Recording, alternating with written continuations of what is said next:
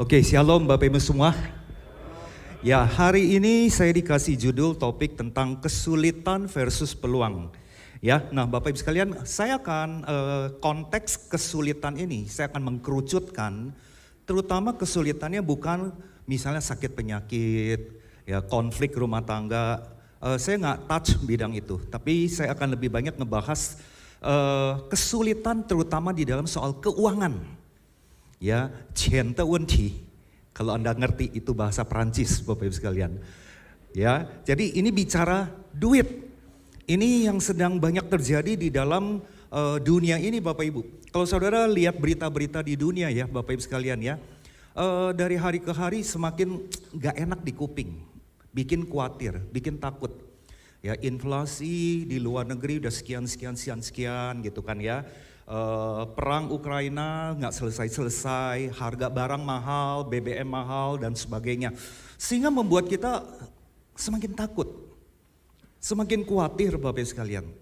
Nah, apalagi kalau ini sudah mempengaruhi bidang usaha Anda, bisnis Anda, keuangan Anda. Ya gara-gara COVID hampir 2 tahun lebih, 2,5 tahun Bapak Ibu banyak sekali perusahaan yang kena goncangan. Usaha-usaha kena goncangan, mungkin juga ada yang kena PHK, yang ada di terminate Bapak Ibu.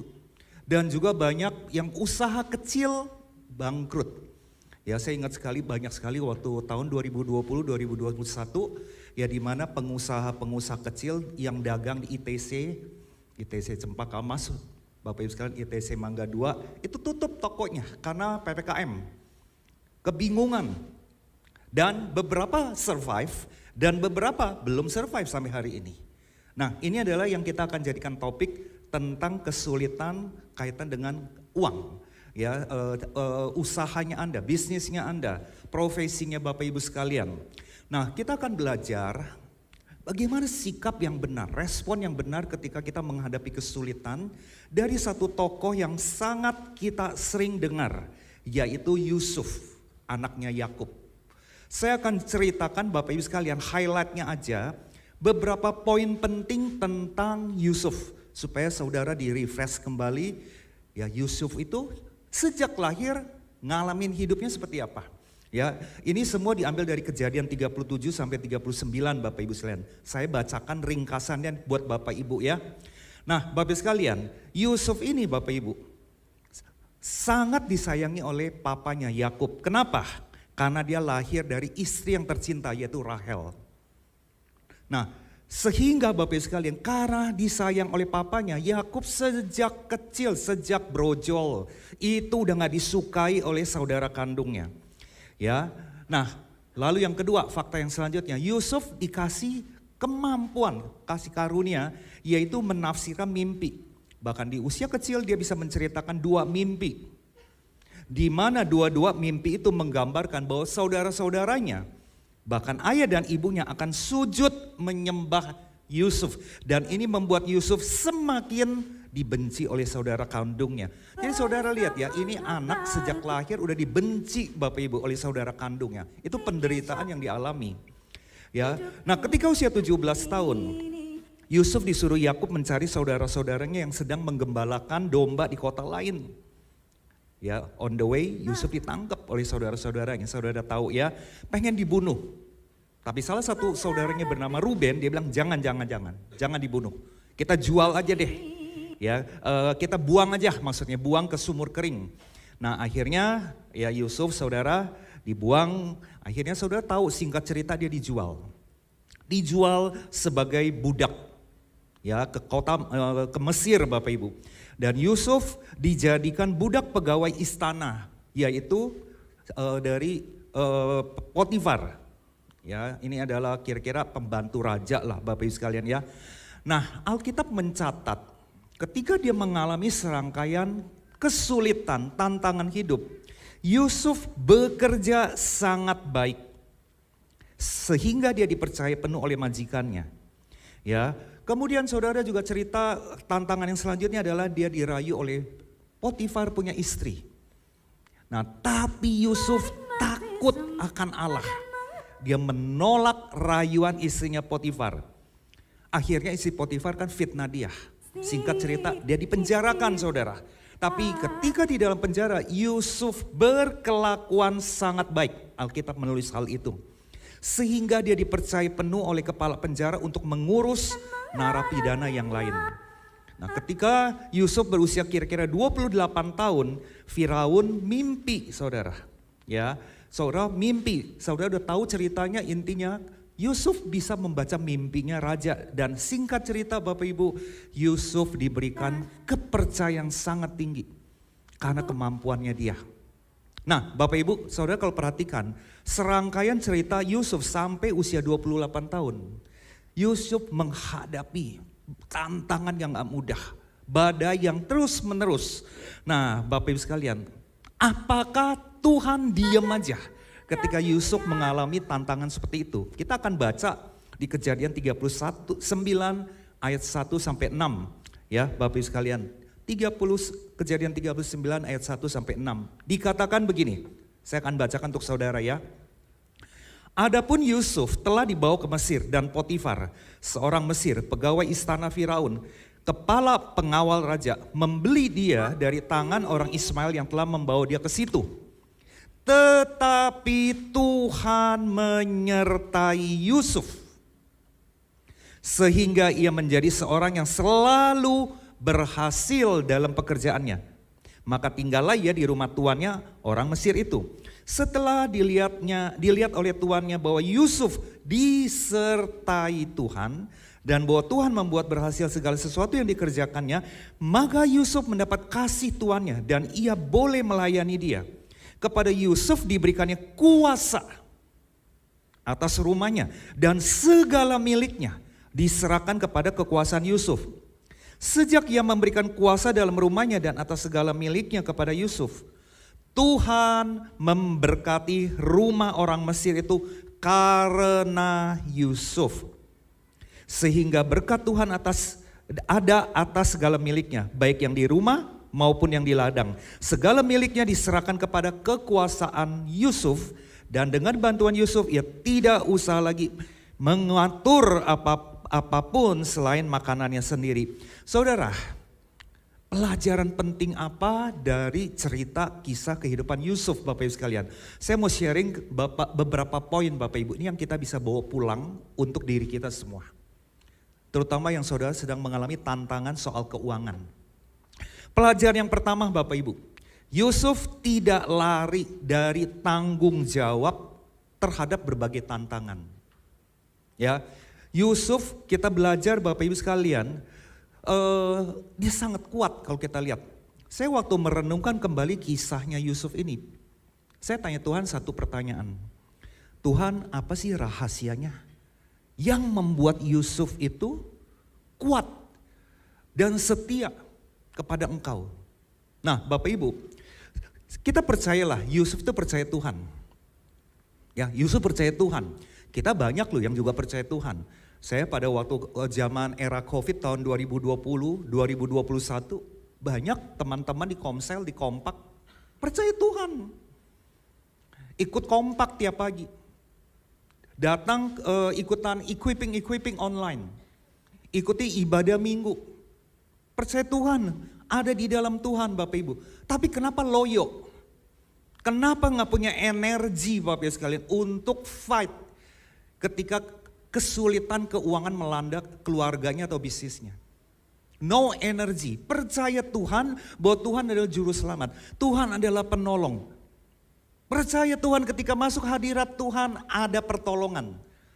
Nah cuma yang problem adalah Bapak Ibu sekalian, dia cuma percaya doang, tapi dia tidak proaktif bertindak, tidak proaktif bergerak. Dia hanya menunggu pertolongan Tuhan, itu kayak magic pill saudara. Ketika ikutan doa pagi, kutuing bisnisnya langsung lancar. Nah saya berasa ini ada yang salahnya tuh di situ.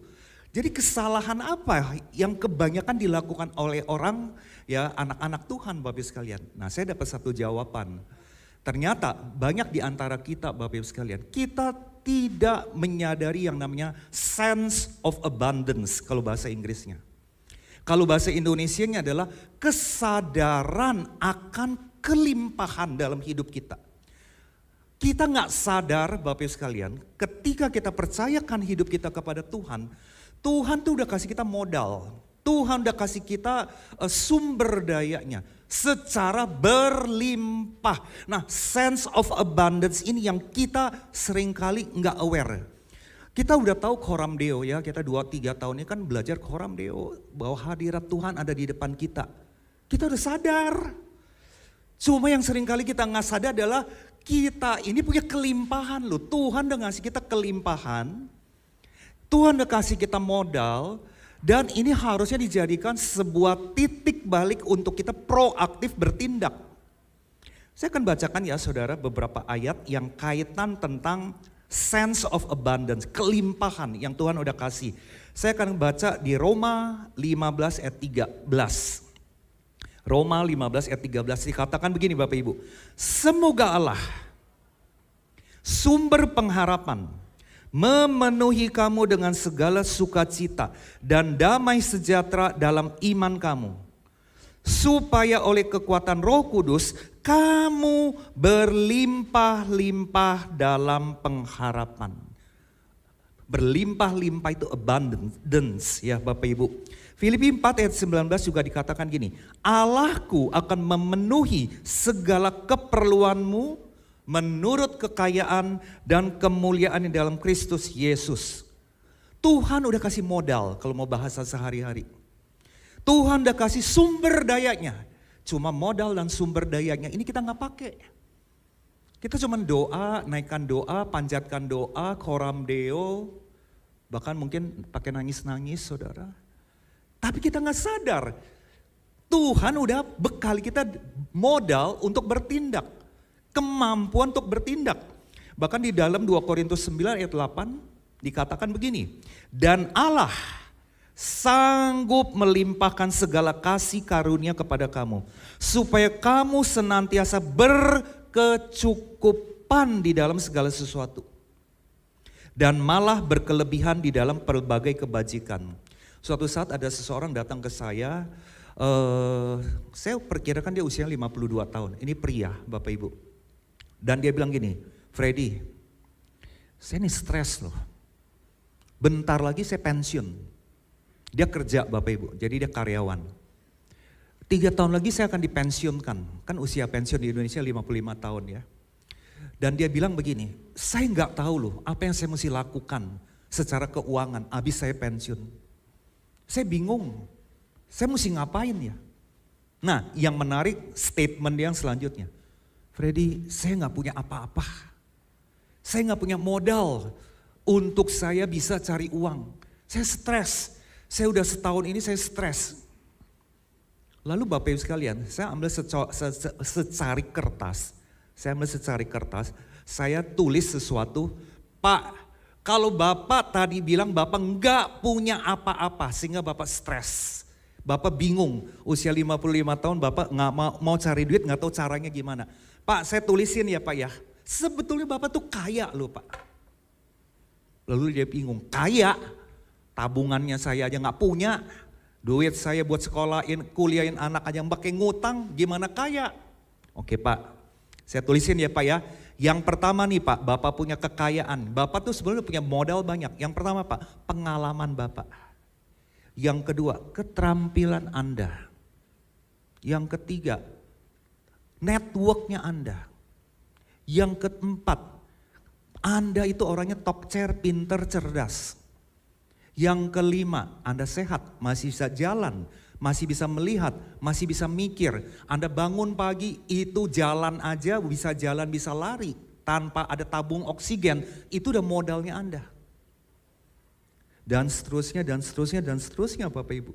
Ketika saya bikin list seperti itu, hampir 10 poin buat saya tunjukin, dia kaget. Dia seringkali gak sadari Bapak Ibu sekalian. Dia punya modal. Modalnya itu berlimpah. Dan dia gak sadar dia punya sumber daya untuk dia bisa cari uang ketika dia pensiun. Nah seringkali kita juga kayak begitu. Tuhan aku gak punya uang nih Tuhan, aku bingung nih Tuhan, aku mau berusaha cari uang atau bagaimana caranya. Saudara, seringkali kita nggak menyadari Tuhan kita adalah Tuhan yang kaya.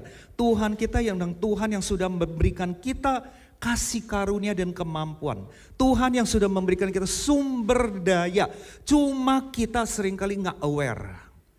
Makanya Bapak Ibu sekalian, ketika kita koram Deo, ketika kita saat teduh, ketika kita datang kepada Tuhan, kita perlu akses sense of abundance itu Bapak Ibu. Kita perlu sadari, nyalakan awareness, kesadaran bahwa saya nih sudah dikasih Tuhan nih berbagai sumber daya. Beberapa waktu yang lalu saya bawakan topik tentang mamon Bapak Ibu. Ya, tentang mamon itu ada tiga poin ya yang penting kalau saudara belajar di SPK. Nah, tiba-tiba ketika saya mempersiapkan materinya untuk equipping dan ada cara tanya jawab, Tuhan ingetin saya sesuatu begini. Pola yang sangat salah kebanyakan orang, saya nggak bilang hanya orang Kristen ya. Kebanyakan ketika kita susah duit, ketika kita punya pencarian kurang, otak yang muncul, pikiran yang muncul cuma satu, cepatnya di sini Bapak sekalian, yaitu apa? Hutang. Nggak ada duit, langsung hutang. Makanya kenapa sekarang banyak orang-orang Komsel itu terjerat oleh hutang, terutama hutang yang online itu loh. Saudara tahu nggak bunga online, hutang online itu per bulan tuh berapa persen? Ada yang tahu Bapak sekalian? Di bawah 10% atau di atas 10%? Di atas 10%. Jadi waktu ada tanya jawab ya ketika saya bawakan tentang mamon, banyak yang nanya tentang hutang. Jadi pikiran banyak orang ketika duitnya kurang, ketika dia lagi krisis keuangan Bapak sekalian, pikiran nomor satu adalah gimana cukupkan keperluan mereka dengan cara berhutang. Dia lupa Tuhan udah berikan dia kelimpahan sumber daya modal untuk bisa cari uang. Dia punya kepintaran, dia punya network, dia punya otak, dia punya teman, dia punya pengalaman, dia mampu belajar, tapi itu nggak dipakai. Sehingga mentalitasnya adalah mentalitas berhutang dan bahkan mentalitas minta-minta. Kalau kita belajar dari kejadian Yusuf Bapak Ibu sekalian, Yusuf tidak lari dari tanggung jawab tantangan hidupnya dia. Dia lakukan yang terbaik, dia bekerja keras, dia belajar keras Bapak Ibu sekalian. Ya, dia menggunakan berbagai sumber daya yang Tuhan masih bisa kasih kepada dia, yang dia miliki. Untuk dia mencari uang, bukan merengek-rengek. Nah saudara, mentalitas sense of abundance ini adalah yang pertama yang mesti kita punya. Ketika kita sadar kita punya kelimpahan sumber daya untuk cari uang Bapak Ibu, maka di situ nanti ada energinya. Makanya kenapa banyak orang yang habis udah doa beberapa jam kemudian loyo. Gak punya energi saudara untuk bangkit cari uang. Ini terutama yang kena goncangan ya Bapak Ibu ya. Duit gak ada, suami meninggal ya, sebagai single moms gak ngerti mau cari uang bagaimana. Orang yang di PHK, low energy. Gak punya energinya Bapak Ibu. Energi itu baru muncul kalau kita mengerti, saya punya sumber dayanya loh, saya punya modalnya loh. Suatu saat Bapak Ibu saya, ini udah terjadi bertahun-tahun yang lalu sebelum COVID. Ngomong duit juga, topiknya tentang uang juga Bapak Ibu. Saya waktu itu jelasin tentang prinsip 5 roti 2 ikan.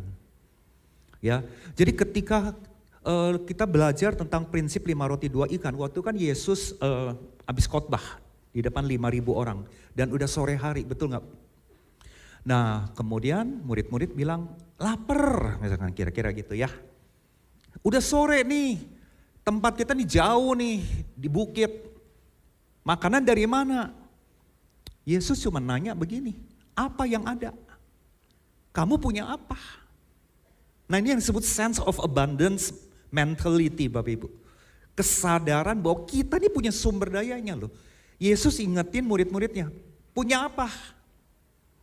Oh, ketika ditanya-tanya, ada terkumpul 5 roti 2 ikan. Nah kemudian saudara, Yesus dengan 5 roti 2 ikan ini dia berdoa mengucap syukur. Kemudian saudara tahu ya ceritanya, terjadilah mujizat. Makanan itu dibagi Bapak Ibu sekalian, bahkan sisa berbakul-bakul Bapak Ibu. Ini contoh sense of abundance yang kita sadari bahwa kita ini punya sumber daya untuk mengatasi krisis itu. Nah kembali lagi cerita saya, ada satu oma kira-kira usia 60-an lah. Setelah saya sharing tentang prinsip 5 roti 2 ikan, dia hampiri saya.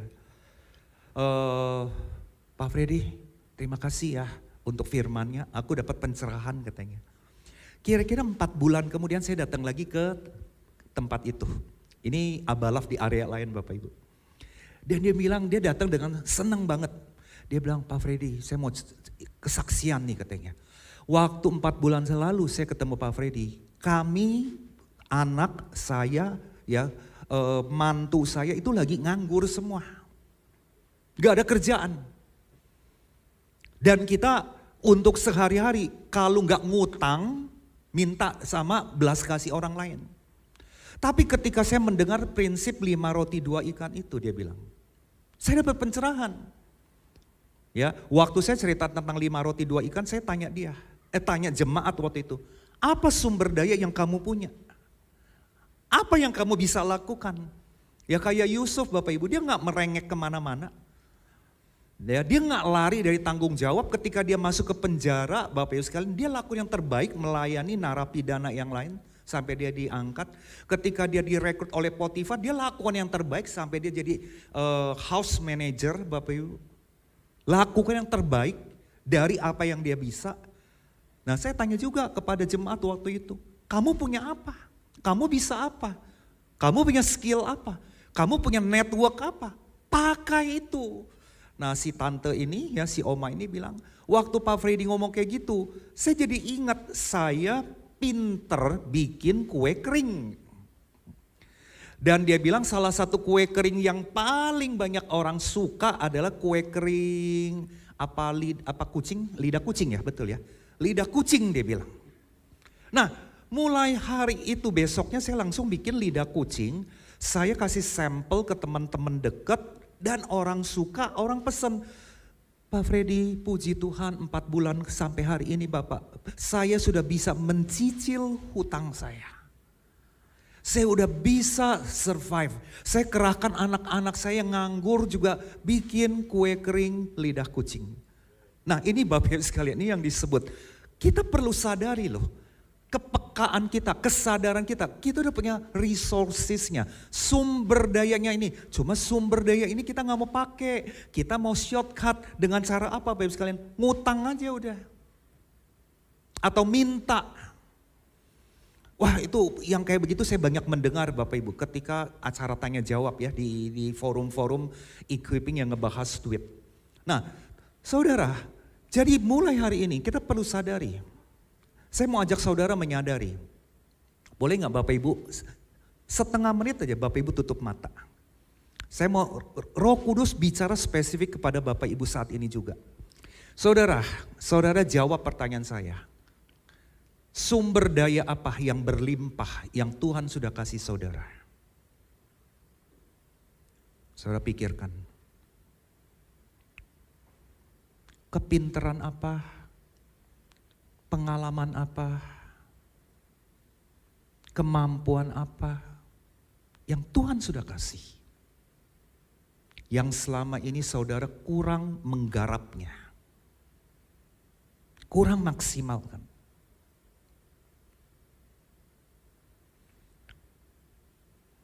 Saya percaya Roh Kudus bicara kepada hati saudara.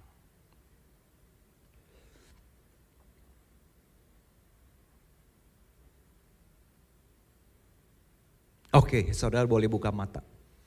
Ya, Bapak Ibu sekalian takutnya nanti kalau kelamaan jadi ketiduran ya Bapak Ibu. Apalagi kalau yang belum makan pagi lagi, belum breakfast ya Bapak Ibu. Atau saudara nanti pulang, saudara malam nanti, saudara tulis. Saudara punya resources apa? Dan jangan lupa saudara, sense of abundance juga bicara Bapak Ibu. Tuhan udah kasih karunia. Makanya firman-Nya mengatakan rahmat-Mu selalu baru setiap pagi.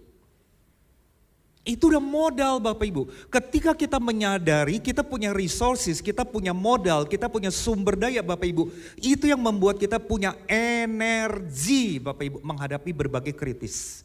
Itu yang membuat kita punya tenaga, punya semangat, kita punya motivasi Bapak Ibu sekalian. Beserta dengan Tuhan kita bisa lalui itu semua. Tapi kalau saudara hanya berharap sama Tuhan, saudara tidak proaktif pakai sumber daya yang sudah Tuhan kasih, saudara akan loyo. Dan saudara akan bergantung sama orang lain. Saudara, Bapak Ibu sekalian, saya percaya saudara pasti setuju. Hidup kita ke depannya nggak akan lebih baik. Terutama tantangan ekonomi ya Bapak Ibu sekalian ya. Ya, tantangan ekonomi ke depan ini udah dibahas oleh para ahli manajemen udah 20 tahun, 30 tahun yang lalu. Ada satu istilah namanya VUCA. Kalau singkat bahasa Inggrisnya adalah volatility, uncertainty, complexity, ambiguity. Kalau di bahasa Indonesia kan dunia ini, terutama yang kaitan dengan uang, ya semakin gak stabil, semakin tidak terduga. Mana kita nyangka Bapak Ibu, COVID yang udah mulai mereda, tiba-tiba Rusia dengan Ukraina ribut, berantem. Ekonomi dunia udah mulai mau membaik, mulai berantakan. Karena Rusia diblokir sana sini dan Rusia juga balas dendam. Mana pernah kita duga? Kita nggak tahu lagi loh ke depan apa yang terjadi Bapak Ibu. Ya belum China dengan Amerika, betul nggak? China dengan Taiwan, kita nggak tahu apa yang terjadi. Dunia itu semakin tidak pasti. Saudara cari uang tuh semakin bingung saudara. Kenapa ya dulu saya sering kali dengar, kenapa ya 3-4 tahun yang lalu nyari duit tuh gampang, sekarang semakin susah. Yang keempat, semakin ribet, semakin rumit.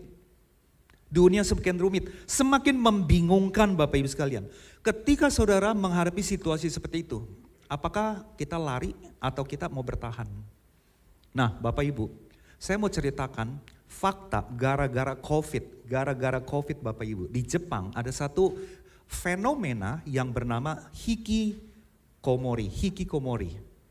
Saudara lihat fotonya ya, yang di sebelah kanan ya. Bapak Ibu, hikikomori ini adalah sebuah fenomena di Jepang ya, yang artinya orang itu mengalami stres soal duit karena dipecat gara-gara COVID, karena usahanya bisnisnya turun, usahanya bangkrut. Akhirnya mereka nggak punya uang, mereka itu menyendiri, membatasi diri, nggak mau ketemu orang lain, ya nggak mau keluar rumah. Berbulan-bulan mereka tinggal di rumah, mereka nggak mau kerja, nggak mau ketemu orang. Kenapa Bapak Ibu nggak mau ketemu orang? Alasan cuma satu, takut kehilangan muka kalau saya ini nganggur. Itu alasan utamanya. Malu, merasa tidak berharga. Akibatnya mereka tuh seperti ditelan bumi. Biasanya kumpul sama teman tiba-tiba gak ada. Ketemu saudara tiba-tiba hilang. Berbulan-bulan mereka menyendiri. Hikikomori itu artinya menyendiri. Dan ini Bapak sekalian, data statistik yang terakhir, yang orang-orang lakukan hikikomori ini ada 700.000 orang lebih di Jepang.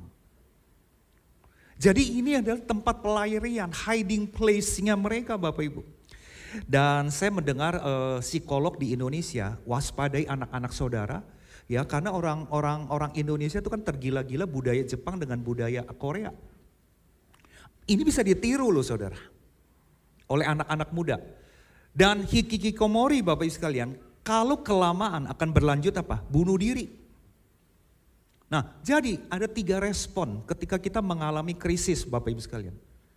Ya, kita akan lihat ya, respon yang pertama adalah fight, yang kedua flight, yang ketiga freeze. Fight itu adanya apa Bapak Ibu? Melawan, kita bertarung Bapak Ibu sekalian, kita nggak mau diem, ya kita nggak mau boleh kalah, itu fight. Ada krisis, ada kritis soal keuangan, nggak boleh berhenti, nggak boleh kolokan, nggak boleh manja. Nggak boleh pakai mental minta-minta. Saya mesti fight, pakai sumber daya apa yang saya punya. Ini konteksnya 3F dalam duit ya Bapak Ibu ya. Yang kedua flight, menghilangkan diri. Kayak nggak ada, seolah-olah nggak ada masalah soal uang. Buat makan minta papa, minta mama, pinjem duit. Itu flight. Gak mau diberesin problem keuangannya dia. Dan yang ketiga, freeze. Freeze itu adalah simpen, mikirin. Kenapa saya kayak gini? Kenapa saya jadi korban? Kenapa saya apes? Tuhan itu di mana? Kenapa? Tadi lagunya sangat menarik ya. Salah satu teks yang saya tangkap adalah, mestinya jangan tanya kenapa. Harusnya kita tanya Tuhan adalah, Tuhan apa yang harus saya lakukan? Jadi pertanyaannya adalah what, bukan why.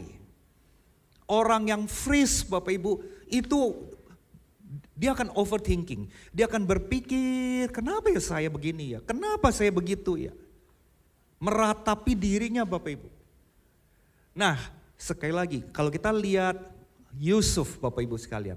Dia tidak flight, dia tidak lari. Dia tidak freeze, cuman diem aja. Kayak hikikomori ini. Tapi dia fight. Dia fight dalam hal apa? Dirinya sendiri. Mengasihani diri sendiri. Ya, kemudian menyalahkan. Ya, kemudian apalagi saudara, terutama juga menyalahkan Tuhan dan sebagainya. Nah, Yusuf dia fight. Dia pakai sumber dayanya. Nah, jadi Bapak Ibu, hari ini saya mau ingatkan kepada kita semua. Ketika kita diizinkan mengalami krisis keuangan, saudara, ada satu maksud Tuhan. Ya, saya mau kasih saudara sebuah gambar ya, ini karena waktu banyak slide yang gak keburu. Bapak Ibu sekalian, di Timur Tengah Bapak Ibu, pohon kurma ketika ditanam, ya bijinya Bapak Ibu ketika ditanam dimasukin ke dalam pasir, kemudian bijinya ini ditutup oleh batu-batuan. Jadi ketika biji ini mulai keluar akar dan tunasnya, ya, lalu tunasnya ini mencoba keluarkan Bapak Ibu, mencoba keluar dari tanah. Saudara lihat gambar yang kedua. Ketika dia mencoba keluar dari tanah itu, dia kegencet oleh batu-batuan. Karena dia kegencet untuk mau maju, mau muncul dari atas nggak bisa. Akhirnya Bapak Ibu, energinya dia pakai untuk apa? Untuk memperkuat akar-akarnya. Memperkuat fondasinya dia. Sampai di satu titik Bapak Ibu sekalian. Ketika akar-akarnya ini semakin kuat, maka yang terjadi adalah apa? Tunas-tunasnya bisa menjebol dan menggeser batu itu. Ya, dan pohon korma ini baru bisa keluar dari permukaan itu ketika akar-akarnya udah kuat. Bapak Ibu, ini cerita tentang apa sih kalau kita mau aplikasikan ke dalam diri kita. Ketika krisis menekan kita, ketika himpitan keuangan menekan kita, kita secara keuangan gak bisa survive. Tapi Tuhan ingetin kita, hey kamu tuh punya kasih karunia loh, kamu punya sumber daya yang berkelimpahan loh. Kamu perkuat, kamu punya fondasi. Kamu perkuat, kamu punya kondisi. Kamu belajar lagi keterampilan yang baru. Kamu belajar lagi cara-cara bisnis yang baru. Cara-cara mencari uang yang baru. Tuhan ingin kita perkuat fondasi. Itu yang disebut proaktif menggunakan sumber daya. Kita tidak merasa meratapi diri hanya jadi korban. Tuhan gak mau kita berhutang Bapak Ibu. Minta-minta berhutang. Ya Tuhan gak mau kayak gitu. Tuhan mau akar-akarnya kita perkuat. Ketika himpitan itu ada. Saya mau cerita satu kejadian ya Bapak sekalian. Nah ini ada satu orang. Dia ini adalah buruh pabrik. Kemudian dia dipecat gara-gara COVID Bapak Ibu. Ya, namanya adalah si Keby Lim gitu ya. Nah ketika dia kehilangan pekerjaan, dia tanya diri dia. Saya bisa apa? Saya pinter apa? Sumber daya apa yang saya punya? Dia pakai kepintaran dan sumber daya yang dia punya. Akhirnya dia bilang, saya seneng ngomong. Saya ini orangnya kepedean kalau di depan kamera. Ya, saya ini orangnya aktif, nggak bisa diem. Maka Bapak Ibu sekalian, dia menjadi tiktokers yang kocak. Dan karena followernya banyak Bapak Ibu sekalian, Anda lihat aja. Dia dapat 300 juta sekali posting. Coba deh kalau dia tetap jadi buruh pabrik Bapak Ibu, paling dapat berapa sih? Jadi saudara, kalau Tuhan izinkan pintu ke satu tertutup Bapak Ibu, Tuhan udah siapkan pintu kedua. Nggak ada kata amin? Pintu kedua tertutup juga, Tuhan sebetulnya udah siapkan pintu yang ketiga. Yang penting kumpulkan energi saudara. Pakai sumber daya yang Tuhan sudah berikan secara berkelimpahan Bapak Ibu.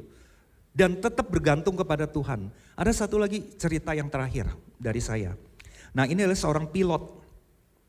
Ya, waktu COVID 2,5 tahun gak bisa terbang. Nah Bapak Ibu sekalian bingung. Nah akhirnya apa? Dia cek diri dia. Saya bisa apa nih ya? Ternyata istrinya kalau bikin bubur tuh enak banget. Mulailah dia jualan bubur Bapak Ibu. Dan omsetnya ratusan juta. Saudara seringkali kita gengsi loh. Jualan bubur di pinggir jalan, jualan bakmi di pinggir jalan. Kita gengsi. Ya, kita mau pekerjaan yang tinggi-tinggi, yang rendah kita nggak mau. Nah Tuhan mau rendahkan kita, dipengekin Bapak Ibu sekalian. Sampai betul-betul kita punya cara berpikir itu berubah. Fondasi kita berubah. Nah hari ini saya tidak sendirian. Ya saya mengajak rekan saya Pak John Hemenda untuk bersaksi pengalaman hidup beliau. So nanti dengarkan baik-baik. Silakan Pak John boleh maju ke depan. Kita kasih semangat buat Pak John. Ya silakan Pak John, langsung aja Pak. True story-nya Pak John ya. Yes. Shalom.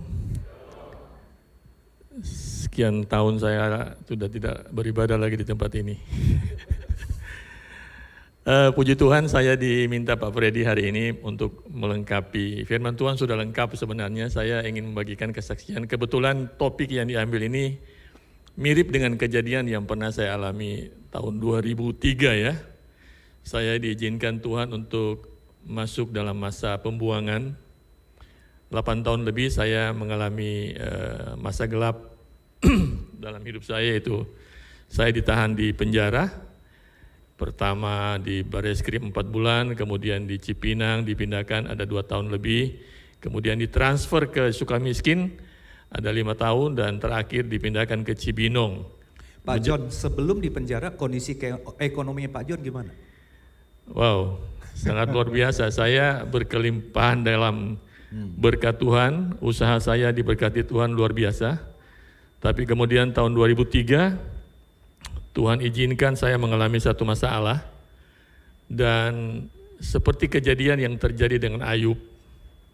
Dalam satu hari, 1 kali ketokan palu, itu harta kekayaan yang saya kumpul itu ludes dirampas negara, habis sama sekali. Perbedaan saya dengan Ayub, kalau Ayub anaknya meninggal, anak saya tuh dipelihara Tuhan. Tapi persoalannya harta habis dalam 1 kali ketokan palu. Ayub kena penyakit koreng, saya masuk penjara. Itu perbedaannya saja Pak. Jadi luar biasa ya. Saya katakan kepada teman-teman, lebih baik kita diketok dengan palu besi ya. Itu paling pecah dijahit. Tapi kalau palu kayu itu panjang 20 tahun, ada seumur hidup, ada hukuman mati, ada 4 bulan. Itu palu kayu Pak. Itu palu kayunya hakim itu ringan, tapi sekali ketok itu bisa fatal. Ya puji Tuhan saya menjalani masa penahanan di penjara 8 tahun lebih. Kemudian saya berterima kasih kepada Tuhan, sejak kecil saya dididik di sekolah minggu. Dan kemudian dipercayakan Tuhan mengajar sekolah minggu. Ada anak sekolah minggu saya di sini tadi. Saya belajar banyak dari banyak cerita-cerita tentang ini, kan bahan-bahan cerita dalam sekolah minggu. Dan saudara, apa yang dialami Yusuf itu yang saya alami. Ya. Yusuf itu kalau saya hitung-hitung tadi Pak Freddy kurang lebih 13 tahun itu missing link. Karena umur 17 tahun dia dijual ke Potifar, ke orang Ismaili. Kemudian umur 30 dia dilantik menjadi wakil raja. Jadi 13 tahun. Nah saya hitung kalau dia kerja di rumah Potifar ini 5 tahun menjadi kepala rumah tangga, berarti 8 tahun kurang lebih dia ada dalam penjara. Hampir sama dengan waktu yang saya ditahan. Dan apa yang dialami Yusuf itu saya alami saudara. Di mana setelah saya dipindahkan ke Sukamiskin, karena mereka menganggap saya senior, sudah masa hukuman cukup tinggi, di penjara ada senior, ada junior. Nah saudara, akhirnya Kalapas itu dekat dengan saya, kepala penjara dekat dengan saya, dan kemudian mempercayakan saya untuk mengawasi para narapidana yang baru masuk. Antara lain, mereka bila minta izin mau keluar berobat, Kalapas nggak punya pengalaman kan, nggak dekat dengan mereka. Saya yang hari-hari dengan mereka. Jadi Kalapas panggil saya, ini Pak Budi mau izin keluar berobat, diizinkan nggak kira-kira John? Waduh, saya nggak bisa jamin Pak. Tapi saya ada jalan Pak. Apa? Saya mau tanya Pak Budi, ada jaminan nggak dia? BPKB mobil ke atau rumah? Untuk apa? Saya bilang kalau dia kabur kan kita bisa jual mobilnya terus cari dia. Oh iya betul. Saya datang Pak Budi, mau izin ya? Iya. Ada BPKB mobil nggak? Oh ada. Orang koruptor kan kaya Pak. Mobil 5-6 biji. Saya minta BPKB mobil, saya bilang Pak Kalapas ini pegang BPKB mobil beliau dan diizinkan, saya jamin. Sudah dikasih izin. Jadi sampai sebegitu kepercayaan kepala penjara. Mungkin dengan Yusuf pun demikian, diminta mengawasi para narapidana. Jadi dalam kisah Yusuf ini ada banyak yang saya lihat dalam kehidupan saya. Tinggal satu yang saya tunggu dari Tuhan, mengangkat saya menjadi wakil raja. Wakil presiden nggak mungkin Pak ya. Haleluya. Dan itu saya imani sampai hari ini. Dan satu hal yang saya mau katakan pagi hari ini buat kita semua, hanya satu yang saya ingat persis dalam amanat agung di bagian terakhir. Itu yang saya pegang sampai detik ini.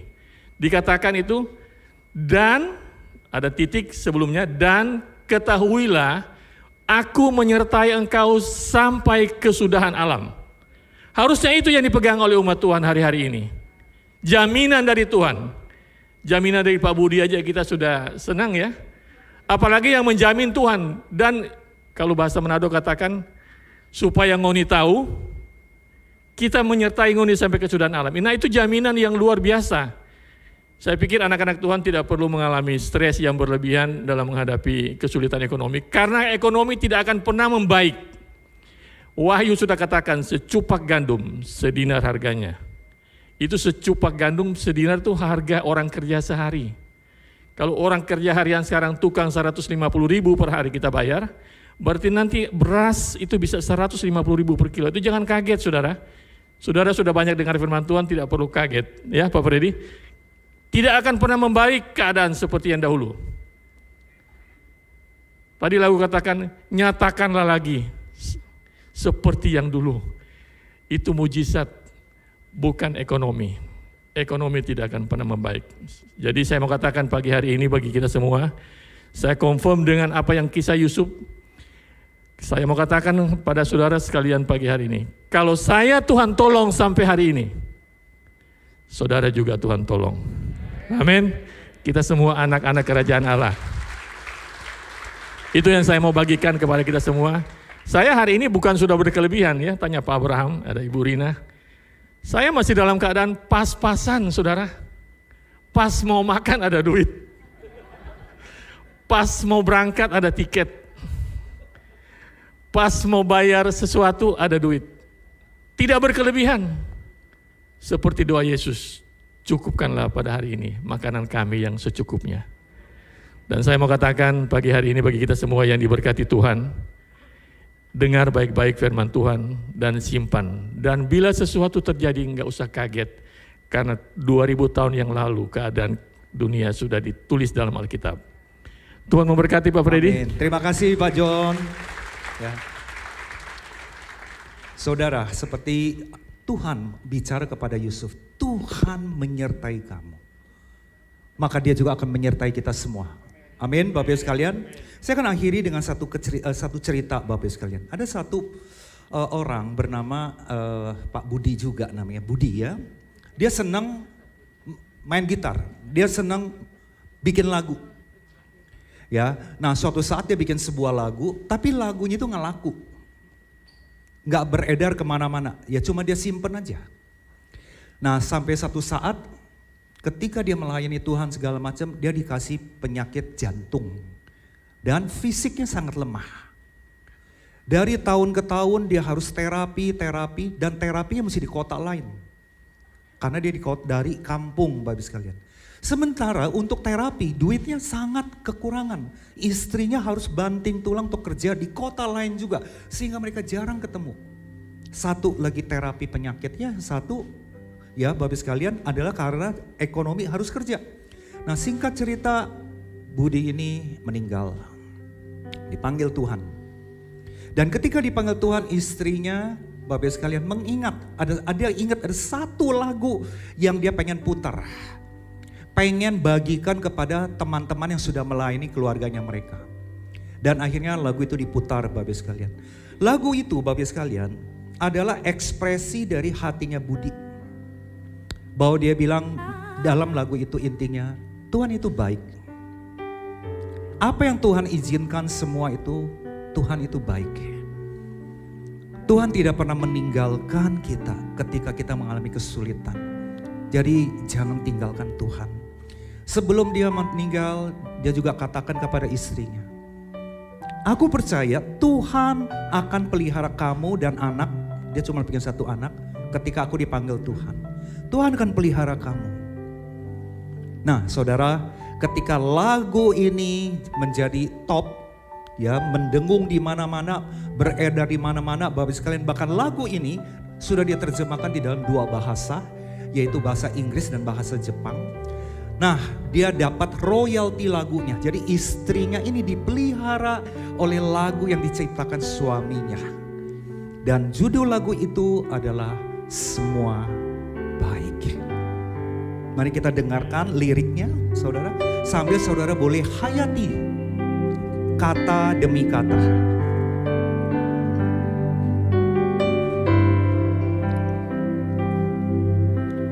Dari semula Kau letakkan hidupku dalam tangan-Mu, dalam rencana-Mu Tuhan.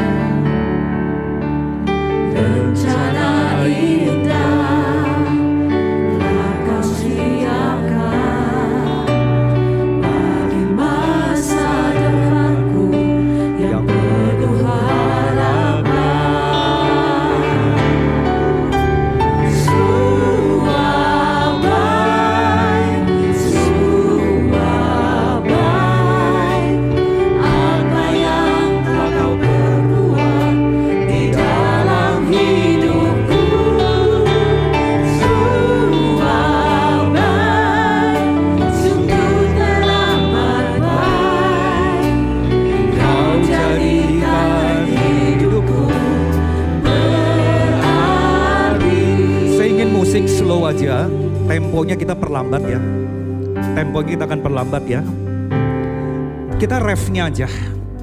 Saudara sambil tutup mata. Saudara sambil imajinasikan. Tuhan sudah berikan saudara kelimpahan berbagai sumber daya. Tuhan sudah melimpahkan rahmat yang baru setiap pagi. Tuhan sudah berikan kita kasih karunia yang berlimpah untuk kita berjuang. Untuk kita fight dalam kehidupan ini. Tidak meratapi diri. Dan kita mau Tuhan itu baik.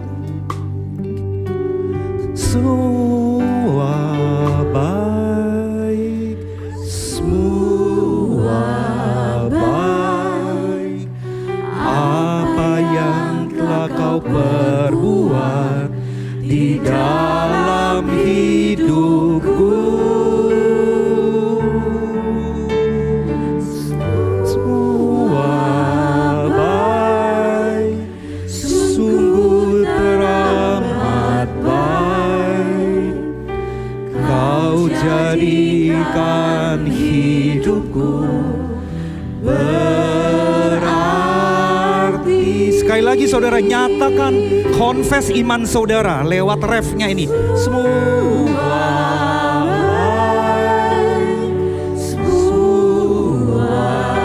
baik, apa yang telah Kau perbuat di dalam hidupku. Semua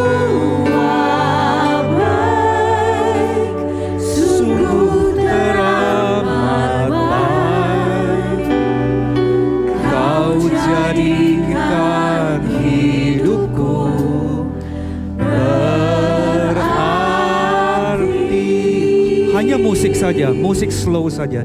Saudara, saya ingin saudara setengah menit berdoa kepada Tuhan. Nyatakan iman saudara, Tuhan gitu baik. Karena engkau sudah diberikan sumber daya untuk saudara lewati krisis demi krisis keuangan. Mari kita menghadap Tuhan, saudara. Kita nyatakan hati kita. Tuhan begitu baik. Yes, Lord Jesus. Yes.